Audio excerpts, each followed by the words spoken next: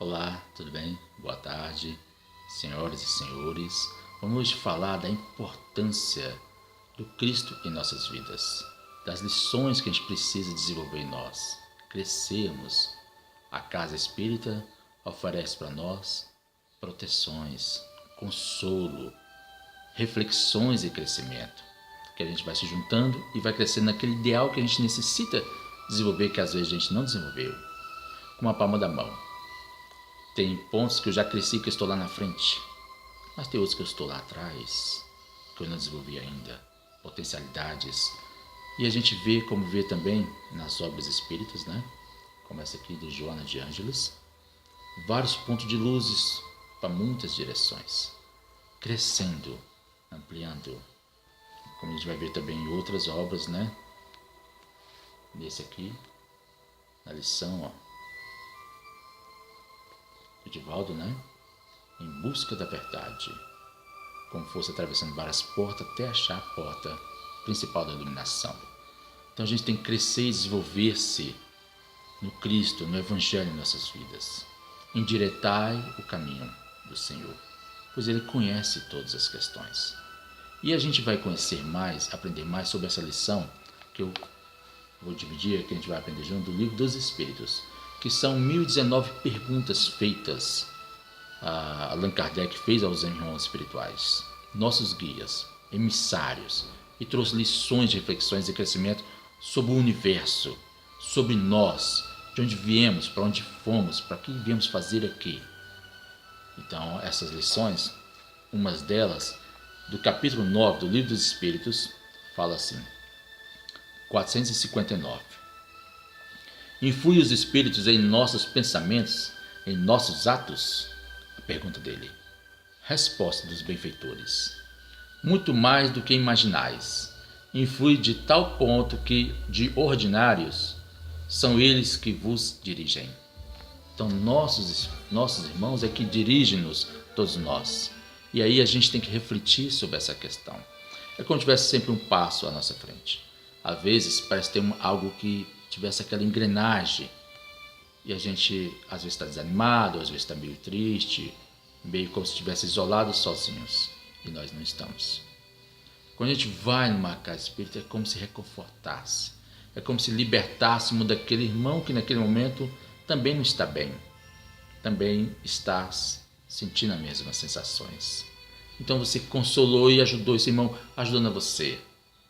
Ou às vezes também algum irmão com pensamentos não bons, não quer feliz, você vai lá e ele vai receber algo que é o amparo e você vai se libertando. Assim também é em todas as questões da vida. Muitas vezes algo não vai funcionar bem em nossas vidas.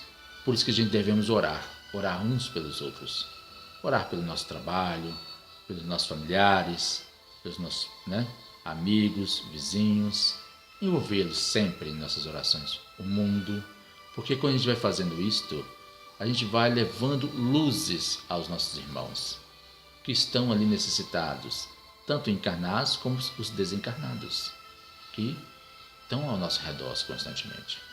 E muitos desses irmãos, que às vezes não estão felizes, também acabam captando pensamentos de algo que eles às vezes não querem, que às vezes não dá certo as coisas boas em nossas vidas, que a nossa vida às vezes possa não andar aquela engrenagem. Então o que a gente faz? Oremos por eles, tanto encarnados e desencarnados, que aos pouquinhos a engrenagem vai liberando e as questões vão andando. Então a gente vai aprendendo que temos que buscar verticalizar em Deus, sempre verticalizar, como falava Mahatma Gandhi. Todo problema humano é um problema espiritual. Isso só pode ser resolvido buscando a Deus. Mas não é só Mahatma Gandhi que fala sobre isso. Também no livro, Na Seara do Mestre, de Vinícius, também fala a mesma coisa. Que temos que verticalizar sem Deus para resolver os problemas horizontais. Então, na casa espírita, a gente vai lá, entrega-se a Deus esses problemas, das dificuldades que às vezes estão passando. E pronto, e vai sendo consolado. Mas não podemos esquecer e deixar adormecer o Mestre. Devemos o quê? Estarmos buscando sempre esse consolo. Porque aconteceu isso com os apóstolos. Quando o Mestre adormeceu, escureceu-se tudo e a tempestade veio. E eles começaram a se gritarem e até pensar que ia morrer. E o Mestre acordou e logo a tempestade parou. Então o Mestre tem que estar desperto em nossas vidas, continuamente. Vou ler uma mensagem, uma história, que fala um pouco sobre isto, né? Que é o caminho é sempre com Cristo. A nossa vida tem que ser sempre com Cristo. Todo problema, o Cristo vai chegar para a gente e vai falar: eu sou o caminho. A gente pode buscar recursos, diagnosticar algo assim que a gente necessita aqui ou ali. Mas o Cristo é o caminho. Ele não vai diagnosticar. Ele vai dar para a gente o que deve fazer. Como fazer, né? Então, o caminho deve ser feito, né? O caminho deve ser feito, porque Ele nos ensina a fazer sempre o melhor. E o melhor é Ele, o Cristo. Porque Ele é o melhor. Ele conquistou. Jesus conquistou tudo. Por isso Ele é o modelo. E aí o Evangelho vai fazer toda essa força, toda essa diferença. Porque como Ele já conhece, Ele é o Evangelho. Conhece os detalhes de tudo, Ele é o Evangelho. É ali que a gente vai encontrar o ponto necessário que precisamos para erguermos, avançarmos, em detrimento de todas as questões que existem. Pois Ele falaste, né? A mulher, os seus pecados são perdoados, porque muito amou. Então Jesus é o caminho, é a segurança, né? Então entra com toda a força, é como GPS poderosíssimo em nossas vidas. Você num estado de perdido, né? De desatino, de não saber para onde ir, de não saber quem é, vem o Evangelho com aquela estrela de Belém, indicando, é por aqui, esse é o caminho, e você quer aqui esse caminho para você.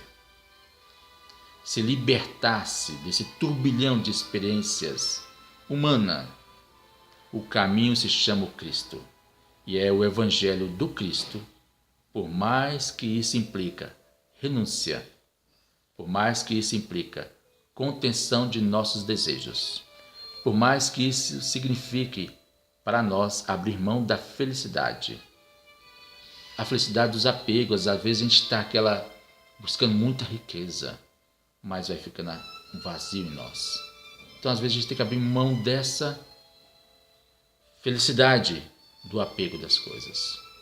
Apego a isso, apego àquilo. E ver o que a gente precisa, né? Isso é construir em bases sólidas. Dê crédito às revelações espirituais.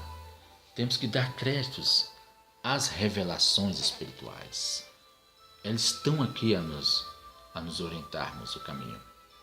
Os nossos emissários do Mestre estão aqui para nos direcionar e dar fortalecimento à nossa fé, a nos iluminarmos, a crescermos.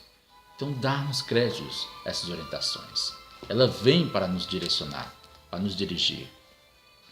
E buscando mais ainda, que o autoconhecimento não vai dar todas as questões que a gente precisa. É um preliminar caminho. Mas o autoconhecimento apenas vai nos ensinar que o Cristo é o caminho. Este é o caminho, né? O que leva o Cristo é uma poderosa vontade de seguirmos Ele. Uma capacidade de se entregar-se a Ele. De se entregar-se ao Cristo. Isso é a gente aumentar nossas relações espirituais em nossas vidas. Se nós não fizermos essas relações contínuas em nossas vidas, só nos momentos que vier a dor, poderá que não vai acontecer o que a gente precisa. E a dor vai permanecer. Então nós não podemos ser aquela semente que apenas caiu na beira da estrada e não conseguiu fazer raízes profundas.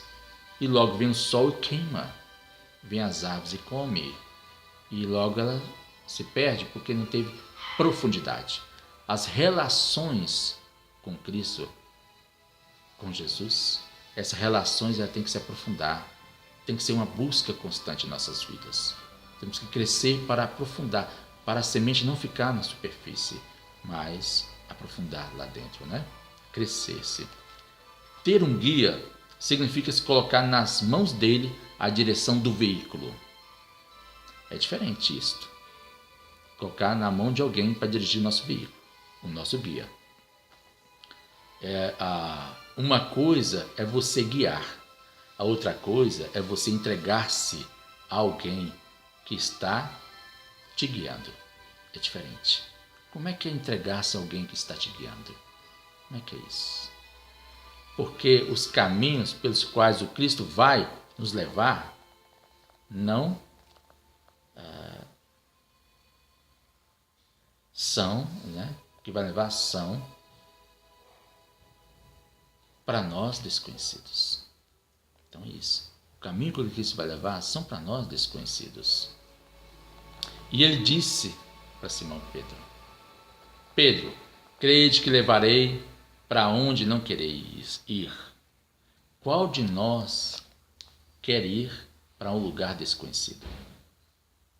Primeira sensação é de medo, de perda e de segurança. E ele fala: eu vou te levar onde você não queira ir. Mas eu estou com você. Eu já passei por aqui, porque eu sei aonde estou indo. Eu sei ir e voltar. Outro processo de resignação, de obediência, né? À vontade divina. Por que ficar andando em círculos, se já podemos andar logo em linha reta, né? Endireitai o caminho no Senhor. Então aqui ficou uma bela lição para a nossa reflexão de fortalecer esses ideais. Busque uma casa espírita mais próxima da sua região, da sua casa. Busque as palestras. Busque interagir numa casa. Você irá sentir-se bem neste ambiente. Irá levar para você, para a sua casa, benfeitores, amigos espirituais, que vai cuidar do seu lar, que vai cuidar da sua família, que vai cuidar da sua vida. Mas aumente essas relações. Não fique só um pouco e depois desista, como a semente que ficou na estrada e o sol veio e a queimou. Não deixe o mestre dormir em sua vida. Deixe ele estar sempre acordado. Isso é estar vigilante. Isso é estar sempre vigilante para a vida sua, para a sua família, para os seus. Então você vai cuidar de você e dos seus, de todos. Todos vão se sentir bem nessa empreitada, nesse novo caminho. Então que Jesus nos ilumine, nos abençoe, nos proteja hoje, agora e sempre. Fique com Deus, uma ótima semana. Muita paz.